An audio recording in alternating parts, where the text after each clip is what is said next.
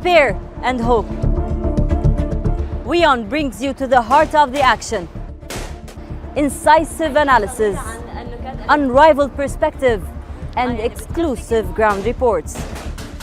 Watch West Asia Post every Friday, 8:30 p.m. IST with me, Radi Francis, only on WION, World is One. Stay connected with the world through WION. Like the page on Facebook. Follow us on Twitter for new alerts. Instagram for videos and images. And the website for the latest news, views, and analysis. WION.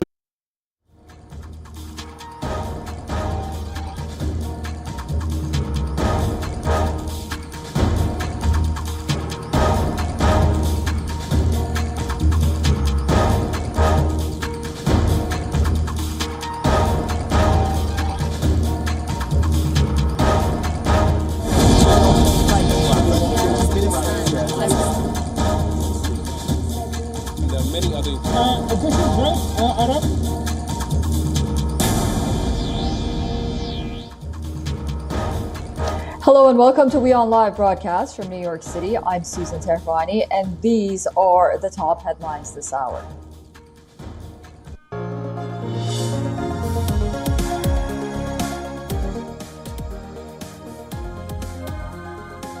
India's finance minister announces a big-ticket budget ahead of next year's general elections, including huge capital outlay in infrastructure and agriculture sectors, reworks tax slabs, and a relief to the middle class.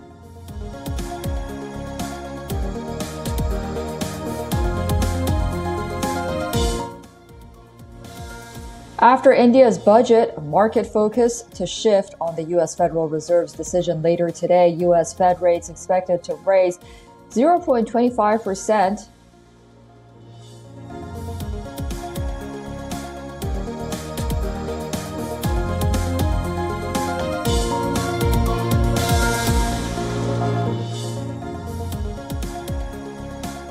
U.S. Defense Secretary Lloyd Austin is in the Philippines deploying U.S. forces to ramp up deterrence against China, is on the agenda for the talks.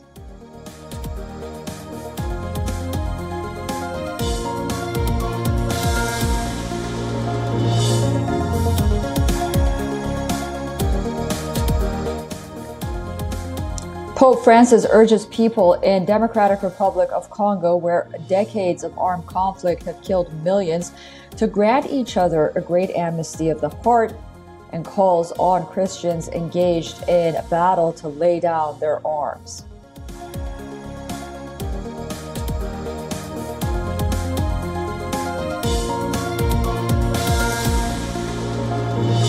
And authorities in Western Australia find a tiny radioactive capsule which went missing last month. A massive search was triggered when the object went missing while being transported along a 1,400-kilometer route across the state.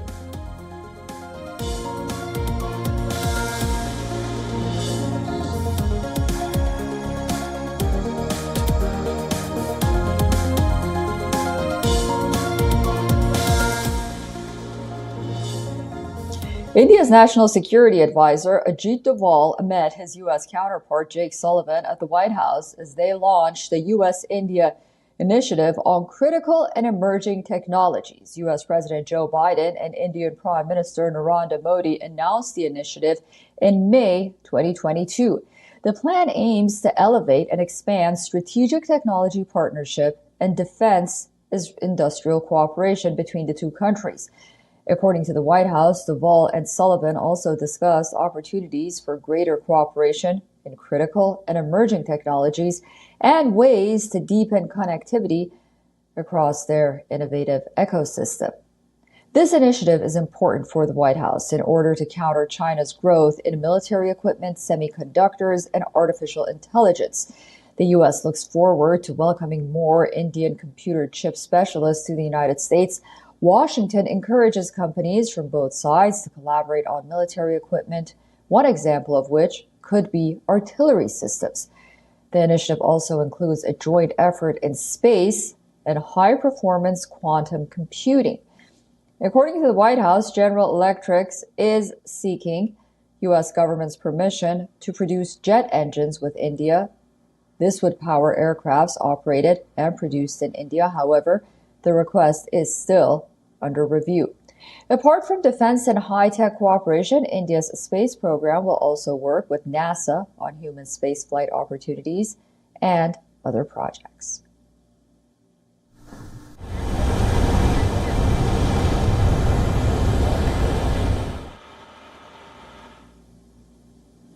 India's Finance Minister Nirmala Sitharaman has unveiled the country's budget for the next financial year, being dubbed the Blueprint of India at 100. It includes the highest ever capital expenditure outlay in infrastructure and the agriculture sector. New Delhi has also reworked its personal income tax slabs under the new regime, bringing huge relief to the country's middle class.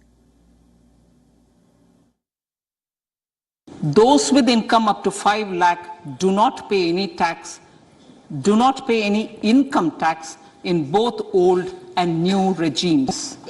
I propose to increase the rebate limit to 7 lakhs in the I propose to increase the rebate limit to 7 lakh in the new tax regime.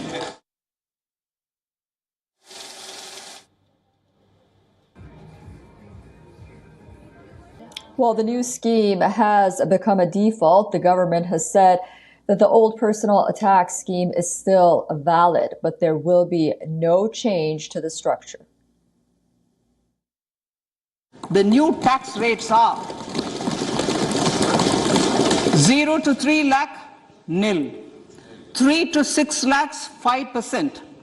6 to 9 lakhs, 10%. 9 to 12 lakh, 15%. 12 to 15 lakhs, 20%, and above 15 lakhs, 30%. This will provide major relief to all taxpayers in the new regime. Sitharaman called it the first budget of Amrit Kal, which is the 25-year period or 25-year period culminating to India's 100 years of independence. The finance minister said that India's economy has grown to the 5th largest in the world from the 10th in just 9 years. The world has recognized the Indian economy as a bright star. Our current year's economic growth is estimated to be at 7%. It is notable that this is the highest among all the major economies. This is in spite of the massive slowdown globally caused by COVID-19 and the war. The Indian economy is therefore on the right track and despite a time of challenges, heading towards a bright future.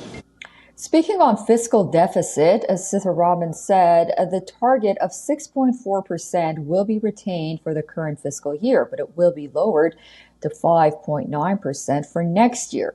She said that India's capital investment will be increased by 33% to 10 trillion rupees or 3.3% of the total GDP next year. The Indian finance minister listed 7 priorities of her government.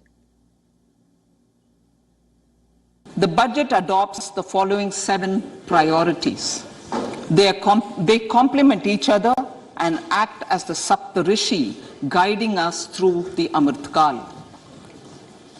Inclusive development, reaching the last mile, infrastructure and investment, unleashing the potential, green growth, youth power, and financial sector.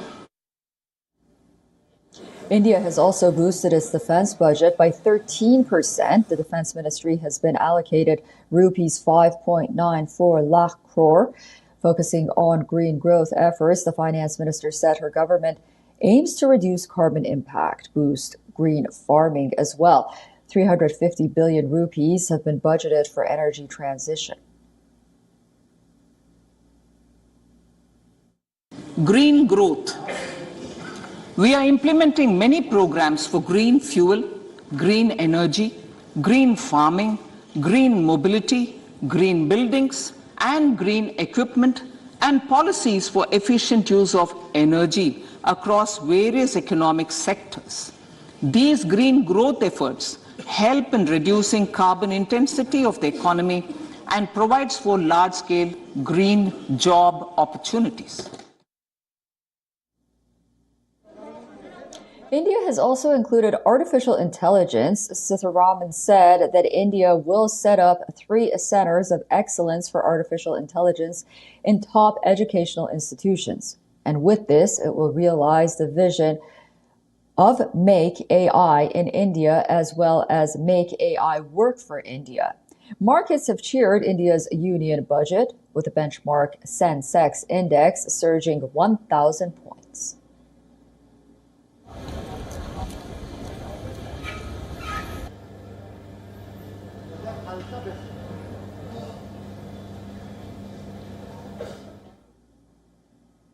For more on this, we are joined from Washington, D.C. by Dr. K.V. Subramanian, Executive Director of IMF, the former Chief Economic Advisor of India. Thank you so much for joining us on WION. What is your reaction to the budget? And do you think that this budget will pave the way for India's growth as a global leader in the coming years?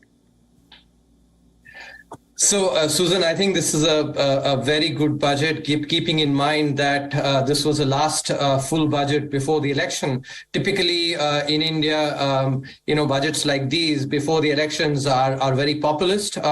But the current government has resisted that temptation and has continued with the emphasis, on public capital expenditure and financial sector improvement that was started 3 years back, with the post-COVID budget. And as you were highlighting, the increase of 33% in the public capital expenditure together, states and center, with states being provided incentives through 50-year loans, the 13.7 trillion rupees of of public capex, which amounts to 4.5% of GDP, the highest ever, both in rupee terms and percentage of GDP terms, has been budgeted. And I think, as the chief economic advisor, I had actually written about this policy change, focusing on public capital expenditures, which has in fact actually, worked in India's favor. If you notice, among all the large economies, India is the only one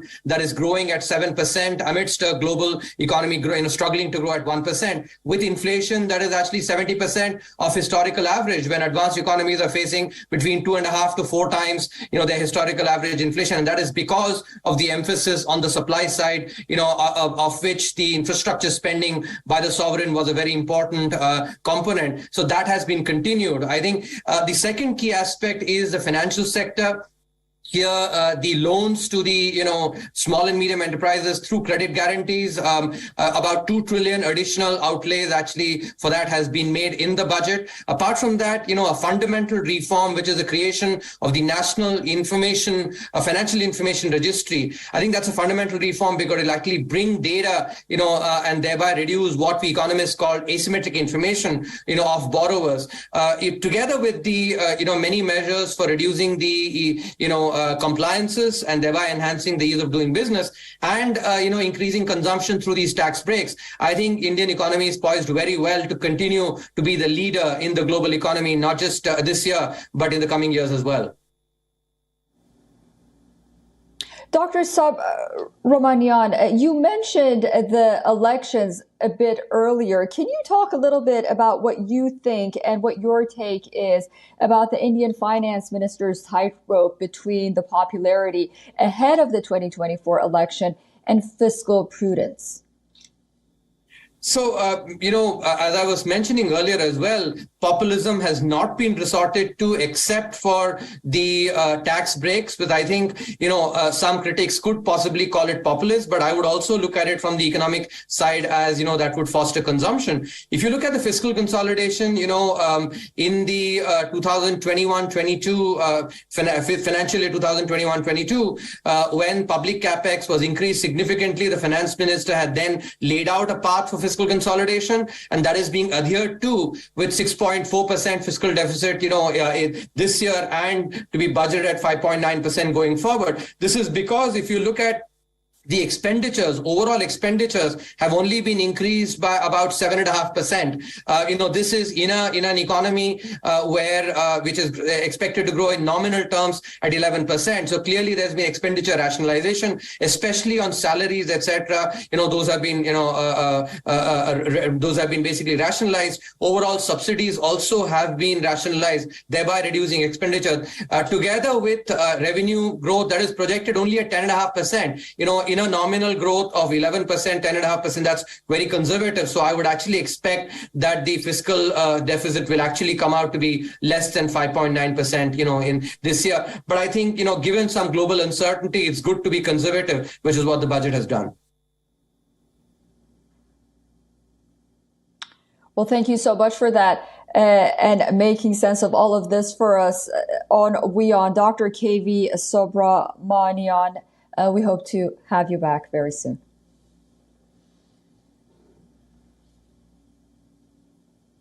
After India's budget, the market's focus shift to the U.S. Federal Reserve's decision later today, with mounting evidence of easing inflation and the world's largest economy losing momentum. Broader expectations are for the U.S. Fed to raise rates by 0.25%, taking its key interest rates to 4.75%.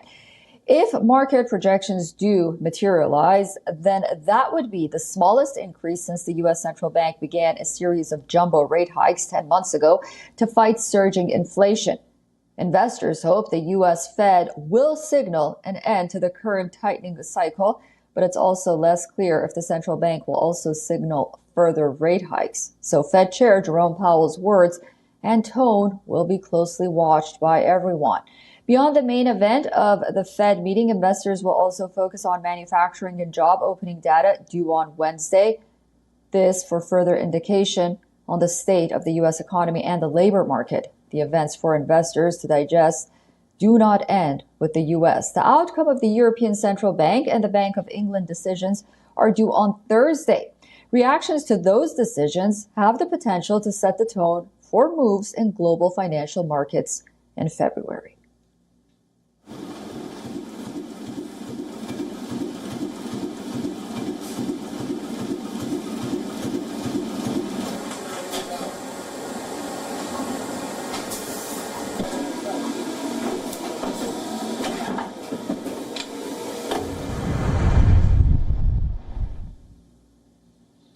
Americans feel that the biggest crisis the United States is facing is not inflation and immigration, but lack of leadership from President Biden and Congress. This is according to a Gallup poll that was recently conducted. Even Biden's latest job approval rating stood at 41%. When asked what is the most important problem in the U.S., 21% of Americans polled pointed fingers at the government, while 15% said inflation was the second biggest problem, followed by the immigration crisis and the economy in general. The poll was conducted between the 2nd and 22nd of January. And apart from worrying about the government, Americans are also worried about the state of the economy. 45% have rated the economy as poor, 38% believe it's fair, and 15% say it's good, while only 2% find it to be, well, excellent. 72% of people believe the economy is going to get far worse before it gets any better.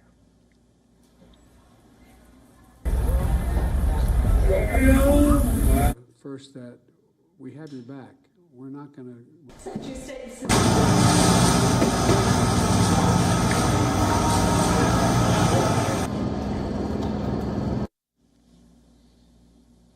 American actor Alec Baldwin is now in serious trouble. He has been charged with involuntary manslaughter for showing what's been called a reckless disregard for safety. The charge relates to a fatal shooting of a cinematographer during filming for the movie Rust in 2021.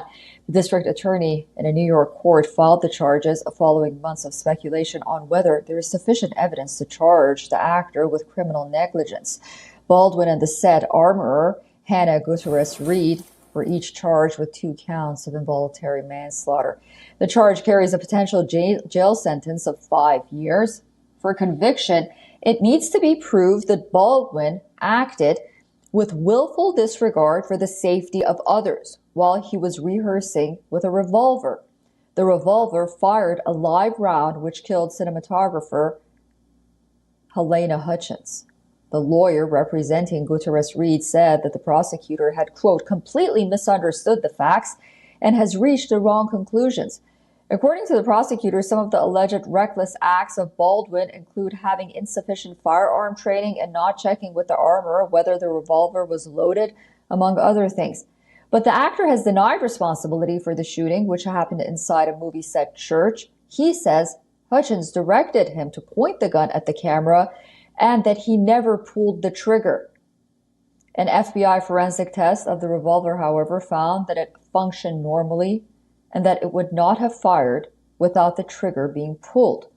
Baldwin also says live ammunition should have never been allowed on the set. He claims it was the job of the armorer and first assistant director to ensure that the gun was unloaded. The case is remarkable in a way, as there is little or no precedent for a Hollywood actor to face criminal charges for an on-set death. The incident dates back to October 2021, when the gun killed Hutchins. It also injured the film director Joel Souza.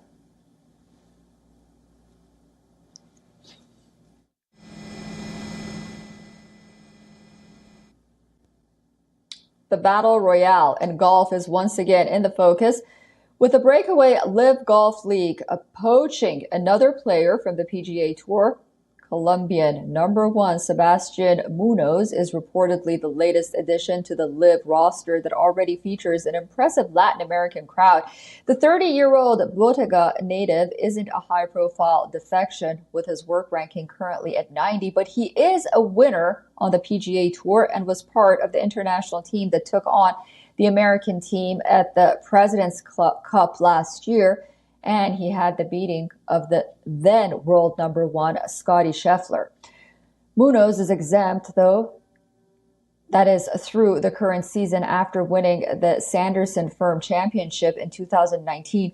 LIV Golf unveiled the 2023 calendar earlier this week, and the season gets underway at the Mayakoba Resort in Mexico later this month. Joaquin Niemann, Abraham Ancer, and Carlos Ortiz make up a strong Latin American contingent, and Chilean Mito Perrier is also reportedly on the verge of making a switch. Munoz is in Saudi Arabia at the moment and is part of the field for the Asian Tours Saudi International. All 48 players who teed off at the LIV Golf's season finale in Miami last year are on the entry list for the flagship event of the Asian Tour. LIV Golf is backed completely by Saudi Arabia's Public Investment Fund and awards world ranking points, which are currently not available to LIV players. LIV Golf's biggest name, Phil Mickelson, is there as well, and the six-time major winner has predicted more showdowns between LIV players and those on the other side on the golf course. World number one Rory McIlroy held off LIV Golf's 2018 Master champion Patrick Reed to win the European Tour's Dubai Desert Classic on Monday, with the affiliations of the two players adding an extra edge to the duel. LIV players are currently eligible to play on the European Tour after challenging the bans imposed on them. A three-member arbitration panel will hear the challenge from 13 players from the 6th of February in London. Speaking in Jeddah, Mickelson said, and I quote, "In a couple of weeks, I expect the LIV players, win their case in the UK and will open the doors for all players to play on the European Tour. There's a very good chance you'll have more showdowns, more head-to-head competitions like you saw last week in Dubai, and that would be a really good thing for the game." The PGA Tour is issuing indefinite bans to all members and former members who have crossed over. But another key rule has kicked in at the start of 2023. Any player who participates or has participated in an unauthorized tournament, read that as LIV Golf, will be banned from competing in any PGA Tour sanctioned event for a one-year period. That applies to players worldwide, even if they are not members of the PGA Tour, and also applies to college players as well as top amateurs. The PGA Tour and LIV have both filed antitrust lawsuits against each other, with a hearing date penciled in for January 2024.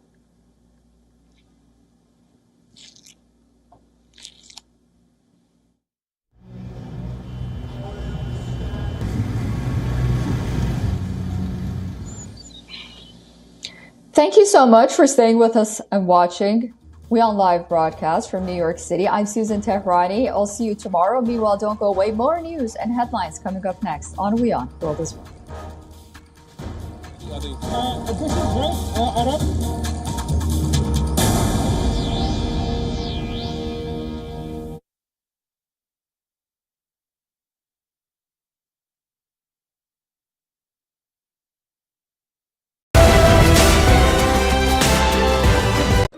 The stress of our world can take a toll on our physical and emotional health. Here, in New York's Catskill Mountains, lies a luxurious place of healing called WION Wellness Center.